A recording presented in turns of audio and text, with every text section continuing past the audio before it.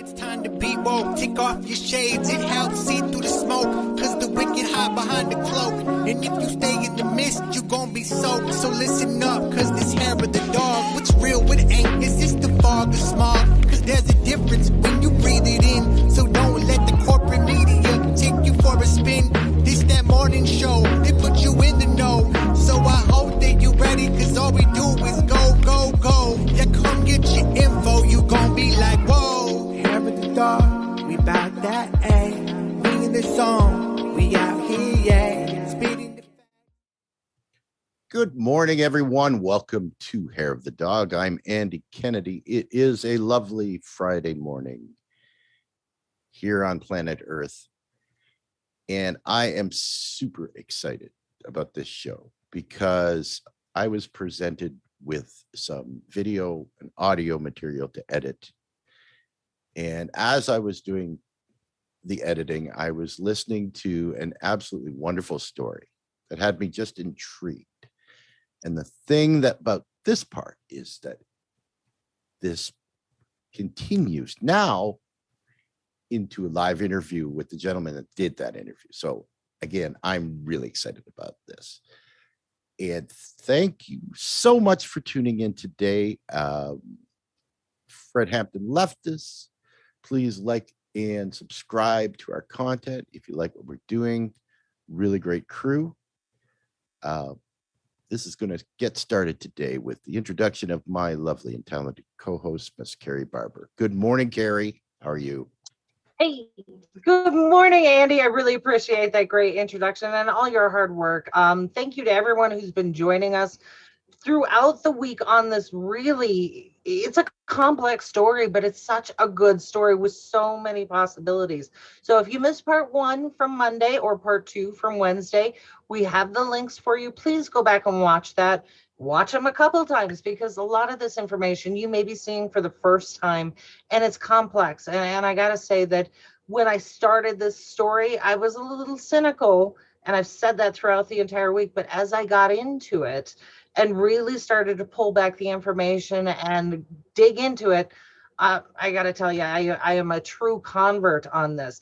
And that is why I'm so excited for this particular episode today. We have two parts, as Andy said, that are just amazing. Number one is the final conclusion of this particular subject, where we dig into the science, the data, who's actually using it. And I think you're going to be very surprised that a lot of these materials that we're talking about that may be brand new to you are being used by big corporations and our own government.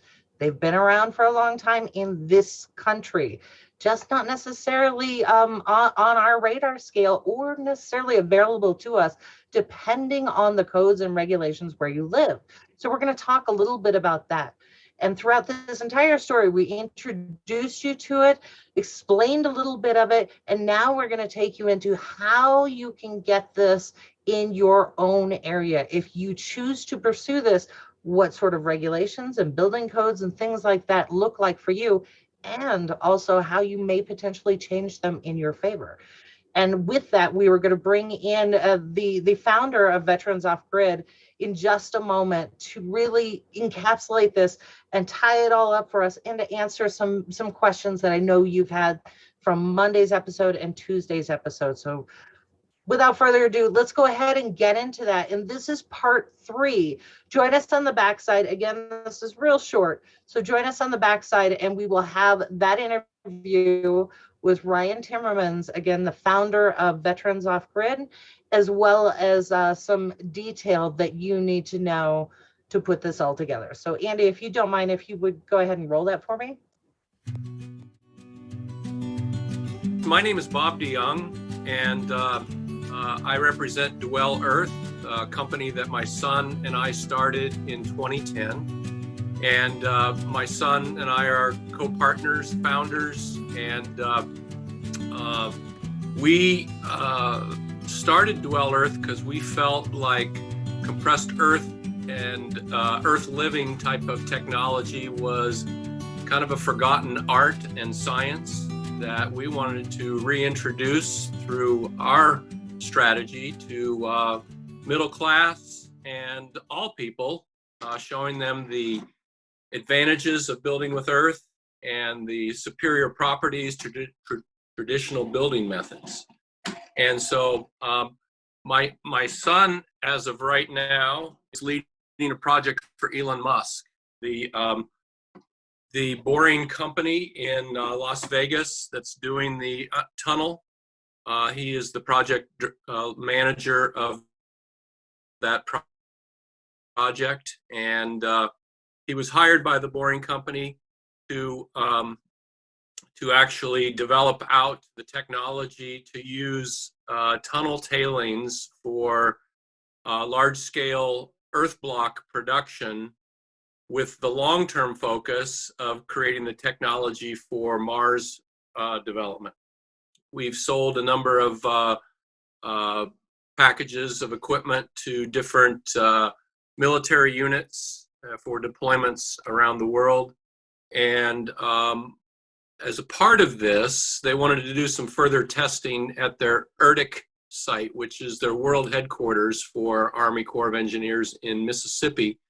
And my son Adam went down and made about 10,000 blocks for them for the purposes of testing.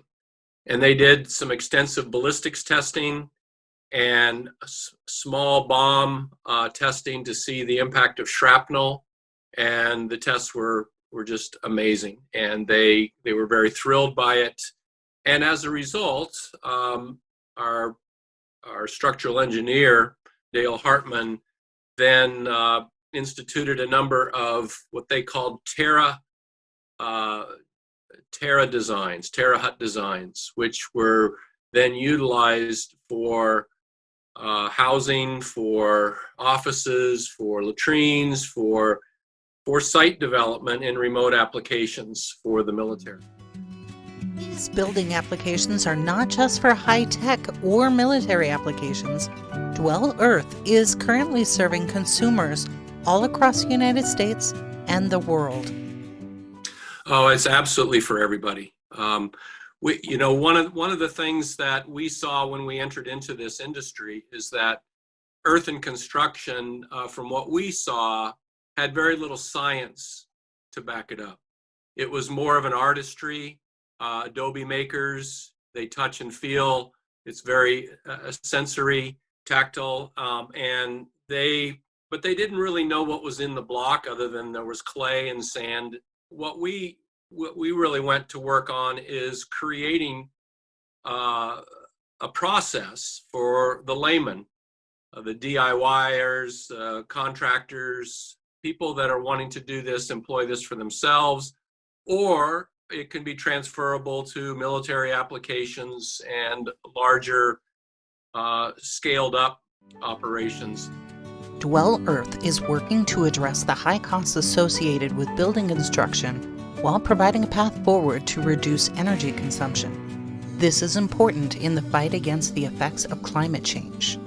Reducing carbon dioxide emissions is the only way to slow these effects. According to the United Nations Environmental Program, buildings and their construction together account for 36% of global energy use and 39% of energy-related carbon dioxide emissions every year. And here in the U.S., residential and commercial buildings account for 40% of our nation's energy consumption. Yet the sustainable materials used by Veterans Off-Grid and companies like Dwell Earth could help dramatically reduce our CO2 usage. So why is the U.S. so far behind in adopting these building practices? The U.S. is far behind the rest of the world. And the U.S. is a very young country compared to most of the rest of the world. And so building methodology acceptance is far ahead of the U.S. for alternative means. So there's a very strong lobby for stick-built and masonry type of construction today. And our codes have been written for those alone. So alternative building methods, in order for them to be accepted, there needs to be time, space, a lot of research to get certifications. But probably the biggest thing that when I talk with code officials or building inspectors, they say, well, it's not in my book so I can't certify it as an acceptable material. To better understand how code requirements are changed, I spoke with Daniel Brissett, Executive Director at a leading environmental think tank that helps to do just that. My name is Dan Brissett. I'm the Executive Director of the Environmental and Energy Study Institute. We're a nonprofit based in Washington, D.C., that was founded in 1984 to provide educational resources and information to policymakers to influence and inform the debate around climate change policy. Today, we're primarily focused on Congress. We reach our audience in many different ways, including briefings and written materials. We also work with utilities in rural areas to help them develop financing programs for their customers and for their members. I think one thing that sets us apart is our ability to talk about issues of climate change and environment and energy in a way that resonates on both sides of the aisle. So when we talk about climate change, we're not just talking about emissions reductions. We're talking about adapting to climate change. We're talking about making our communities and grid more resilient. We're talking about increasingly lately how we help communities that have depended on fossil fuel extraction and the fossil fuel industries. How do we transition them and provide workforce development opportunities? Building energy efficiency has evolved over time. It's generally increased over time. Those increases have come in stops and starts. Before 1990, it really wasn't an energy code.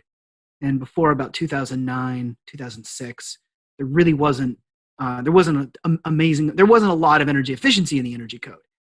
It sort of coasted for a little while. And there were some big increases in building energy efficiency in the code, the International Energy Conservation Code in particular. But also there are standards, ASHRAE 90.1, for instance, that has been steadily updated over time. The building code that was just approved for use starting in 2021 represents a pretty significant set of efficiency improvements on the order of 10% greater than before. It may not sound like a lot, but it's a lot. The previous two codes improved energy efficiency by only about 1%. And so we saw major gains pretty much in all of the envelope measures that you can build into a new home, including fenestration, insulation, ventilation, air sealing, all of the things that make a home not just energy efficient, but also more comfortable, more desirable to live in, and better for emissions as well. So it's taken a little bit of time. It's always important to remember that the code is a minimum. It doesn't represent the best necessarily. It doesn't represent the maximum that anyone can do. But code is there to make sure that, at minimum, people are moving into new homes that are more energy efficient than the previous ones that were built. They're going to be more affordable to maintain over time. Energy bills will be lower, and the individual carbon footprint of the home will be a lot smaller than they used to be. But codes are generally not enforced at the national level. They're adopted by states and local governments. And so the state or local government can take the code, which is generally technology neutral or building material neutral. It doesn't necessarily require, in every case, the particular use or the use of a particular type of product. It just means that you have to sort of achieve a certain level. And then they're adopted by states and locals. And they are welcome to increase the code. They are welcome to take away from the code. They make their own decisions whether or not even to have a code. And so there's a bit of a dynamic between what's happening sort of at the national level with setting the model, and then what happens at states and local governments that actually are involved in adopting it, making it the law, and then enforcing it. And so I think I explain that because I think there are perhaps two options available to folks. One is to participate at the national level and to try to affect change in terms of what goes into a building by doing that. The other is by working locally or at the state level to influence what a state actually adopts and what the requirements are for that. Not every element of the code is required. There are appendices, there are options, there are flexible performance paths in the energy code. that are designed to give builders flexibility in a lot of ways. And the idea there is to kind of get at what you're talking about, which is there may be a better way to do this. And if there may be such a thing as being too prescriptive, if you're focusing instead on energy intensity reductions, there may be different ways to do it as long as you're complying with the code. But I think in general, those are kind of the two pathways that you can take to have an impact on what ultimately gets adopted. The new International Building Code standards did pass in December 2020, but not without challenges from industry titans. The American Gas Association, the American Public Gas Association, the National Association of Home Builders, and the Leading Builders of America all appealed these proposed changes in 2021 for the International Energy Conservation Code and the 2021 International Residential Code, on the grounds that the proposals in question were outside the scope of the codes. The codes that they appealed were RE 147-19, requiring electrical readiness for the grid, and CE 217-19, requiring electrical vehicle supply, both of which were overturned and effectively canceled votes from state and municipal representatives. Following these recommendations, the Code Council Board determined that the code changes in question would not be included as part of the full energy provisions of IECC and the IRC in the sustained appeals. I mean, I think for ordinary people, the code development process is arcane and probably not easy to enter. It doesn't make a lot of sense. It's slow, it's gradual, it's technical. Because it's done at a state and local government, and because the ultimate decision generally rests with a state or local official, there are definitely ways that you can get involved with the code development process, the code adoption process. Every state is a little bit different. Some states, the legislature's involved. Some states, it's not. There are some resources out there that provide information about sort of the status of the code, status of buildings. There are some organizations out there. Energy Efficient Codes Coalition is one that I happen to know a lot about, but there are others as well. Institute for Market Transformation, Building Performance Institute, New Buildings Institute, International Code Council, which is the governing body for the code development, ASHRAE. If people are interested and they're motivated to kind of break through and get into it, there are lots of things. But as someone who's participated in code hearings before, there aren't a lot of lay people involved. But there are definitely groups that represent the interests of lay people and provide lots of resources to help state and local officials understand what's being done, what's being proposed, what the implications are. So there are ways to do it, but starting with your understanding sort of where your jurisdiction is, where your state, where your local government is probably the best first step. If it sounds daunting for the prospective advocate, it's because it is. It is difficult, but not impossible. In fact, the groundwork is already being done for you. With the help of Dwell Earth's material science work with SEU, through Professor and Architect Mark Goldman and NMU for Building Sustainability, and through groups like the Environmental Studies Institute, with advocacy and ingenuity of the volunteers from Veterans Off Grid. Each passing day and every new crisis from the effects of climate change, it becomes easier at the local level to enact sweeping changes that benefit your local community. The bottom line with our housing crisis highlights now more than ever our future is up to us, and we need not wait for elected officials to come up with the solutions that are already in our hands.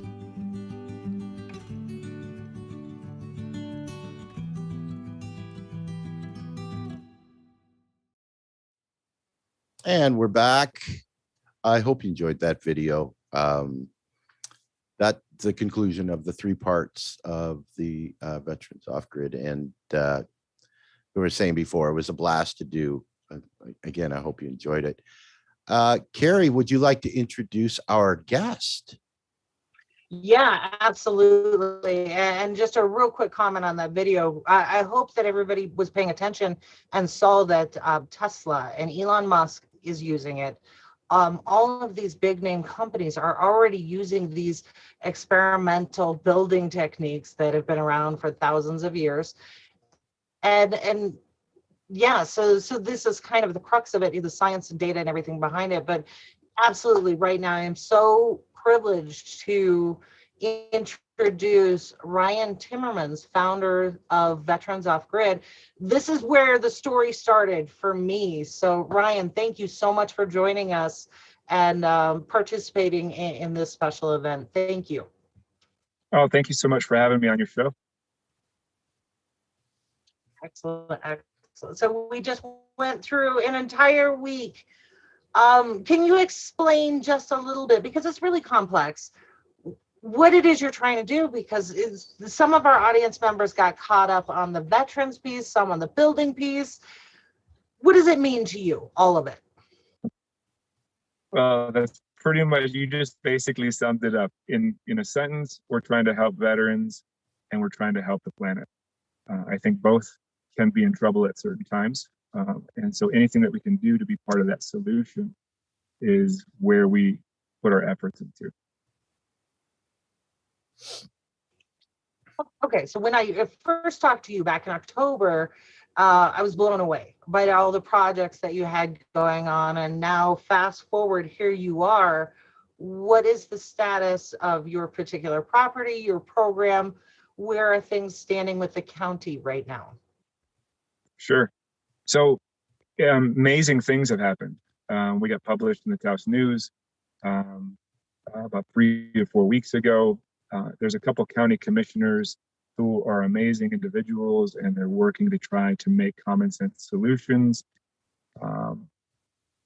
And I think all change in the government is slow and deliberate. And so there are groups that are starting to mobilize and start to ask the question, why? Why are things like the way they are?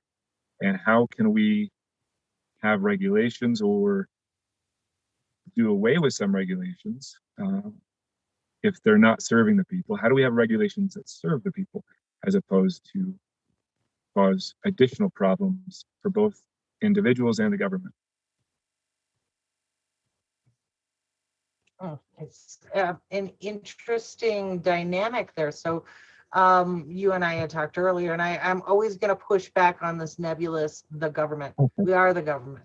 It's us, right? Yes. I may not know my county commissioner's name, but I guarantee he probably lives real close to me. It's a neighbor, right?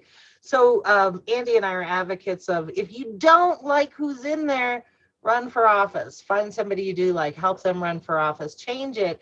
So tell me about your advocacy on behalf of not just your program, but if you succeed, you're going to help everybody in the county. What are you doing with your commissioners? Sure. Well, my personal story is I got here 4 years ago, maybe even 5, and I got 10 acres after I got back from Afghanistan, and I was living in a fifth wheel planning to build a house. And they told me that I couldn't live in a fifth wheel, and they threatened eviction if I didn't move it. So I moved it, and I bought a bigger piece of property. I had a house, so I could store my fifth wheel there. And that's currently where Veterans Off Grid is now. It's on 50 acres. We've had tremendous progress since then. People who have come to help and volunteer throughout the years, they look back and they're like, wow, you guys have gotten a lot done. It always feels slow to me. But that's just being, I think, a visionary and trying to do a whole lot of different things at the same time. It always seems like progress is just slower than you want. But during the pandemic, I started noticing that my friends were getting evicted from their land. They own it. Why are they getting evicted? And why in the middle of a pandemic where they're the only place to go isn't to crowded places? And we just had 2 high school students, three high school teachers hired, and 2 of them already quit before even coming here because they couldn't find a house. Rents are going up. There's not enough places to live. Why are we taking people off their land and threatening them with the force of government? And so I started to talk to people, and I was interviewed by Taos News, and he brought it to the attention of people. Then other people were starting to speak out because they were evicted, and it started to gain momentum. And we had some meetings with the county commissioners. They understand the problem. They understand that it's not ideal. They want to help. They're not evil people. They are amazing people, and they want to do right by the people who put them into those positions. So, and there's a lot of different things that we're working on, including education. We're spearheading a program with UNM to get a program started that will teach someone how to build their own house from start to finish in every aspect, but also work with the county, because that's the nebulous thing. There's so many rules and regulations and building codes to follow. How do you know it without being your profession? And so walking through those processes with someone takes the fear, takes the unknown out, and then they can hit the ground running once they come away with that certificate, and they can buy some land and build their house with a plan to work with the county, as opposed to just trying to avoid detection for as long as possible, which is not always successful with Google Earth these days. But this year, no, I can certainly attest to that. Yeah. This year was tough because the county was enforcing the rules on the books, and they said that veterans couldn't live in the spaces that we built. Now, if I had a permit to build an existing house, then those spaces become automatically magically safe for 1 year while you're building. And then 1 year afterwards, again, magically they become unsafe. And now they were allowed to live in a tent in 10-degree weather, and it sucked. I lost several people who left the property. There's got to be a better way. These buildings stay 65 degrees all year round. It's better than sleeping in a tent. It's better than sleeping under a bridge. Why can't we live in places that we want to live in? Who's behind the curtain saying you cannot live in a small place because you don't have a certain square footage, or you don't have a bedroom with a certain square footage, or whatever rules that they say that are in violation. If you look at our history of how we developed in this country, oftentimes you had families. I mean, look at the Great Depression. You had families sitting on the porch with patched up clothes, and they had like 15 kids and 2 people in like 300 square foot of space. How did all those people survive?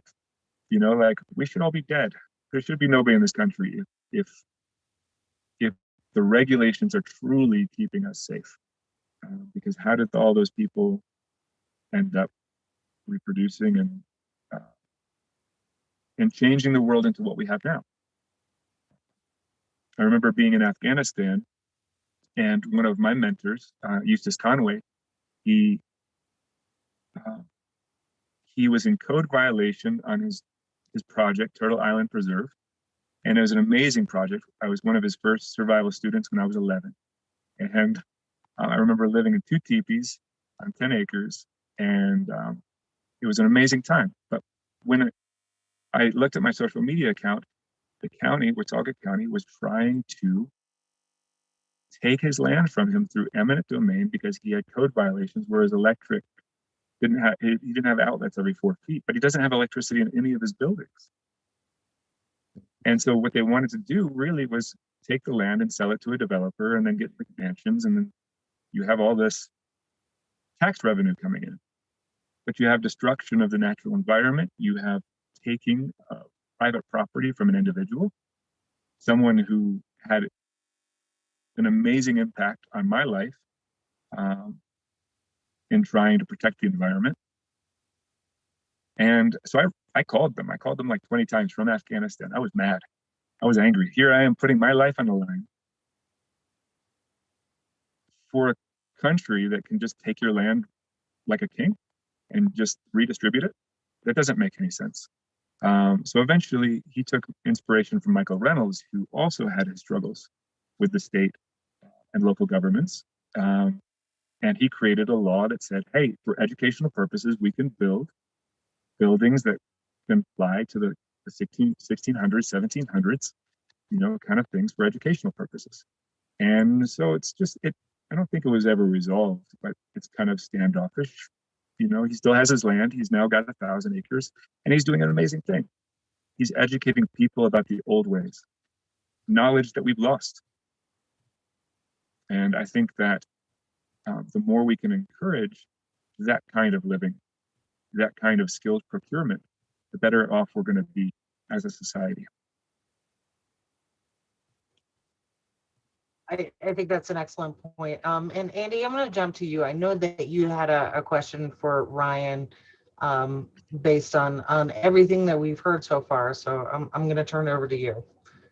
Yeah, my question, Ryan, to you is, and this is all based on the story and the video that I've edited and listening to it, that when you got home from Afghanistan, that you were dealing with, what we see, unfortunately, far too often in our veterans when they return home, and how you took that negative and turned it into the most positive thing that anybody could imagine.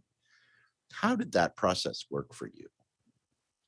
Well, when I got home, I was struggling with what I would call survivor's guilt. There was a guy who took my place on a mission, and they went out and they died. And I came back and I felt like that was my place to die. And that person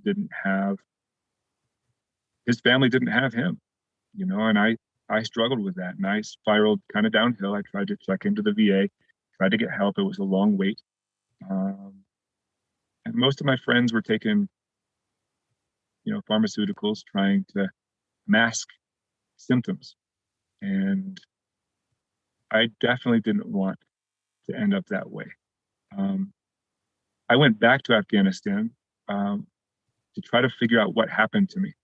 Why could I not be a civilian again? It doesn't make sense. This is where I'm supposed to be. This is my home. This is where I'm supposed to feel comfortable. But I didn't feel comfortable.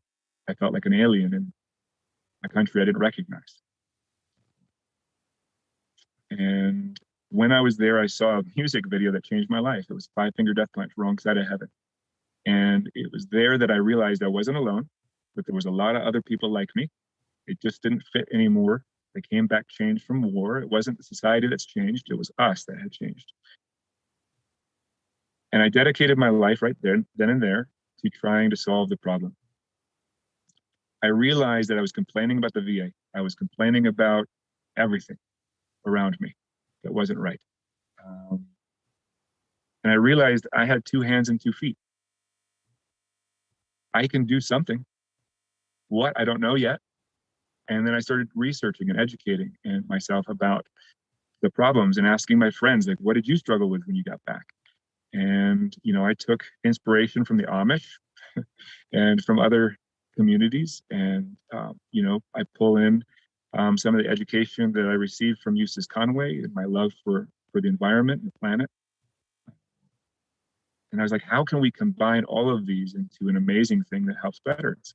And that's why I created Veterans Off Grid, as a way to empower veterans to then enact change, not only in their own life, but then to use Veterans Off Grid as a platform in whatever they're passionate about to help either the earth or society in some way.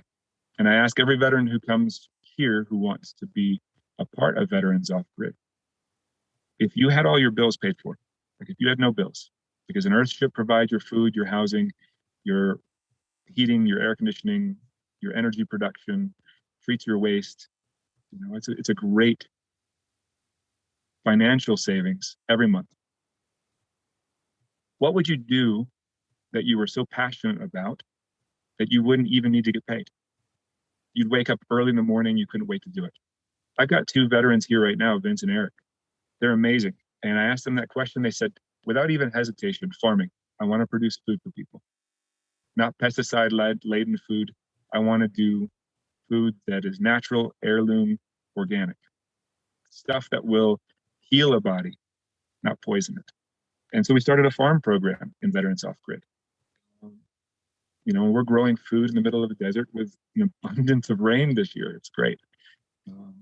And so I want to try to empower other veterans who may seem lost or life has lost its luster.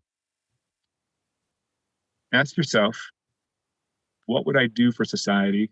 What would I do for the earth that I'd be so passionate about? And then propose it. And let's see how we can make it a part of Veterans Off Grid. How do we get them being their own advocates of change, their own agents of change, rather? That's amazing. That's such an amazing attitude. And one thing I've noticed in my life as I've gotten older is coming to terms with the footprint that you leave in life and the best person that you can be. And I turned to, it was probably about 10 years ago that I started doing some volunteer work with the Cancer Society and some other entities. And people that don't get a chance to do that, or they think their lives are too busy, or they're tied up in jobs and stuff like that, they don't ever get to that sense of that feeling of accomplishment, of inner peace, of helping human beings without thought of yourself, like just doing something good for people around you without having to be compensated for it. I can just imagine the feeling that the veterans and people that are part of your crew that build these homes, the sense of accomplishment and the sense of inner peace that they get from providing shelter, out of the goodness of their heart. It just fascinates me, that the whole concept of that. And it's so anti-capitalist. That's another thing I love about it. It is so anti-establishment to the world that we live in right now. It just gives me hope. It just gives me hope that if people can latch on to these things, and the younger generations of kids that are growing up that are finding that home ownership is a pipe dream, like is in terms of the way that we know it now, right? That being able to sustain a family with one income, right, and enjoy a good life, and starting to understand that old way that the older folks like we did were able to do that's not a reality anymore. It's not a possibility anymore. And how things like this can start to take shape and give young people hope again, that there is a way out of this madness that we're seeing right now. And that's why this is such an exciting thing for me to see, because it's that hope that we need, especially with everything that we're dealing with right now in the pandemic and all of the problems that Americans face. And it's that's why I feel passionate the way I do about this story. Yeah, you said a couple of cool things in there, I think, that resonate. A lot of times veterans or soldiers, they join because they want to serve. And this gives them that chance to fulfill that. And we actually become agents of our own healing. In the process of serving others and building that community, that sense of camaraderie again, and being there for each other. And, when one person's having a hard day, the other people carry them. It feels good. it feels normal. It feels natural. And I think when I came back from Afghanistan, the thing that I felt the most was alone.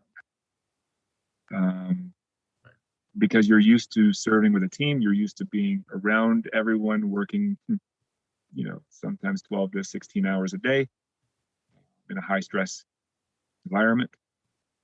And you come back and you're very isolated. You're not part of a team. And that's okay. I mean, we're kind of an individual society. But it doesn't feel natural for a veteran many times. And I'm not going to say every veteran, because that's probably not true. But a lot, my friends on social media were saying they miss Afghanistan, they miss Iraq. It's not Afghanistan and Iraq they missed. It's not the war, it's not the accommodations, it's not the food.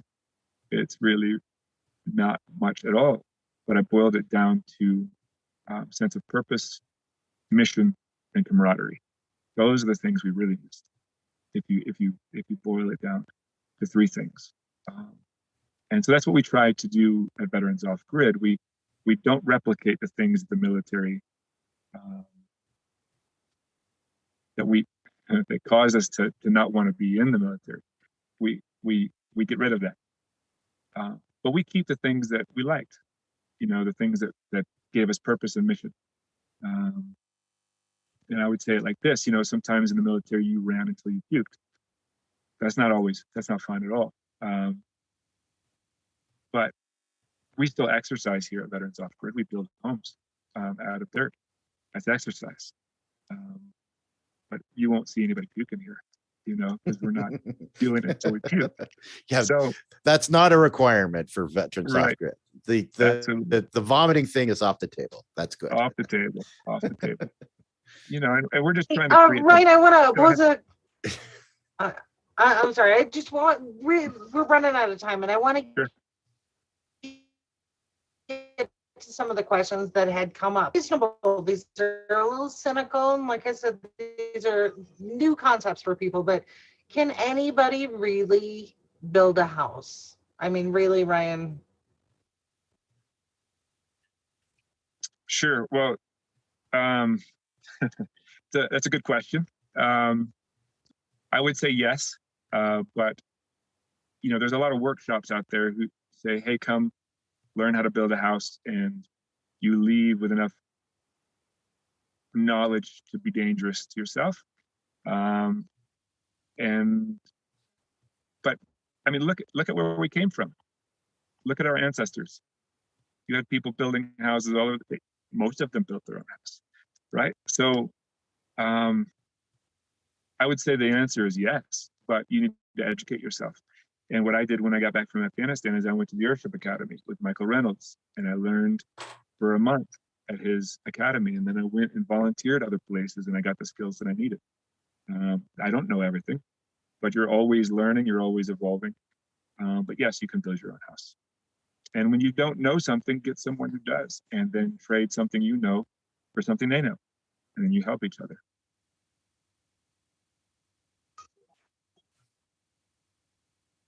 Okay, so then the next thing that kept coming up is, look, there was pushback on me. We happen to have a house in Illinois to sell to pay off our debts. Didn't buy us a home, but it got us part of the way there. So in fairness, when we're talking about the 98% of us who maybe don't have a retirement, don't have a house, are struggling with rent, where would you suggest they get started? How do we even begin to take this seriously? So take us maybe through your journey and your research. I personally did look into the Earthship classes. Mm-hmm. I couldn't afford them. Sure. So where does somebody actually go? Well, it's awesome that you bring that up, because Veterans Off Grid is beginning to develop a program in partnership with the University of New Mexico to do exactly that. Take a person with no knowledge, teach them what's out there, what are your choices, where do you want to build. Environment has a lot to do with what you're going to build, because it doesn't make sense to build what you would build in Taos in Hawaii. And, secondly, we teach them how to design it in a 3D platform. And then we teach them how to 3D print it as a model. And then we teach them how to work with the county and get a plan for how to build. Then we teach them the electrical, the plumbing, and the carpentry needed to build their house, not to be a carpenter, not to be a plumber, not to be an electrician, but to know everything about the design that they're building. So they can go buy some land at the end of the class and start building, or at least supervise someone. And there's a lot of contractors who might, just like a mechanic, take advantage of you if you don't know. But now you know, and you know exactly what needs to go in there. You have the plans, you have the tools, because Milwaukee has been generous enough to sponsor us. So that's included with tuition. And many times, if you haven't used all your FAFSA money, it's a community college. So FAFSA covers the whole bill. Now, that's not going to be in every case, but it's cheap enough that most people can afford it. Okay, great. I am definitely looking forward to seeing more information about this class. I'm going to be the first one to sign up. I know this. And I know a ton of people who would be interested in it too, just from the people I've met here in New Mexico, and then family and friends back home in Ohio and Illinois. They're all looking at this program going, wait a second, why am I a wage slave for a 30-year mortgage when you're about to do something completely different? So final thoughts on this and what you want people to know about your organization. How can they get involved? How can they support you and keep tabs with what you're doing? Sure. You can join our Facebook group. That's the most active. You can follow our website, Instagram. Being outside the box has its perks because you're innovating, and that's rewarding in itself. But being outside the box as far as grants, not good. It's very hard to get funding for an organization that is doing things that's different. And we are doing things that are different. We're housing people in off-grid structures. So any kind of financial help, if you have a talent, if you're a lawyer, if you're an accountant, like, you can get involved. I've got probably 30 or 40 people across the nation who are doing little things to help us. We'll eventually have one of these communities in every state. And it's not just for veterans. How does a veteran come back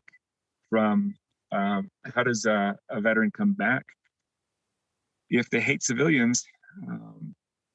They're going to want to live in the woods for 20 years, right? So if I have civilians living here that are quality, amazing people that are also learning how to build their own homes, it's going to be the bridge that veterans go back into society, but going through via the shallow end of the pool, and then learning to swim, and then going into the deep end, where the military oftentimes are like, hey, turn in your equipment and good luck, so eventually we'll have one of these communities in every state. But if people want a vacation and they want to come out and see what we're doing and they want to lend a hand, we have 50 acres they can camp on. There's beautiful places all over. There's hot springs, there's hiking, there's 4 different biomes all over that they can explore. It's a great place, great people. That's wonderful. Thank you so much, Ryan. And again, we are so privileged that you joined us today and allowed us to follow along your story as we went through. So I appreciate it. And I'm definitely going to be sending you questions as our project gets underway here, because looking at, Big Brother Ryan, whatever you guys are doing there, we're going to do it here. So I appreciate it. And Andy, final thoughts before we get out of here for today. So I know that you were so moved by this story, and I really appreciate all your effort on it. Well, and it's like I said, it's good news story in a time when there isn't any. Quite honestly, it's just kick your ass story one after another. And if anything, that when we look at what happened in the last 2 elections in the US and how the neoliberal regime still is in control, it's it is more now even about how are we going to do this without the government, right? How are we going to survive? How are we going to take care of people? And it turns out it's up to us. It's up to us starting to understand that we've lost our sense of community, that the individualism that the governments have been teaching us since Reagan, has had their toll on people and their abilities to try to understand and critically think, what's going on around them, right? How do you look out and critique the world when your eyes are closed? And I think there's projects like these that will instill a sense of community back into the communities where we are, with the counties and the states where people live and where it can do the most good. And that's what gives me the hope about this. And I just wanted to say, Ryan, thank you so much for sharing your story with us. Kudos to you and what you're doing, and continued success. And anything we can do here on Hair of the Dog that helps out, will do, obviously. So thank you. Awesome. Thank you so much for having me on the show, and maybe we can do some updates from time to time. You betcha. Sounds like a good plan. And with that, I'm just going to say thank you again, Carrie, for your work on this video project. It's second to none, as always. And how I feel about you. And to our viewers, thank you so much for tuning in today and through the week to see our presentation. Enjoy the rest of your Friday and your weekend. And hopefully we will see you here bright and early on Monday morning. Take care. We bout that, ayy. We in the zone, we out here, yeah. Spitting the facts, how it's supposed to be. Hair of the dog, we keeping it G.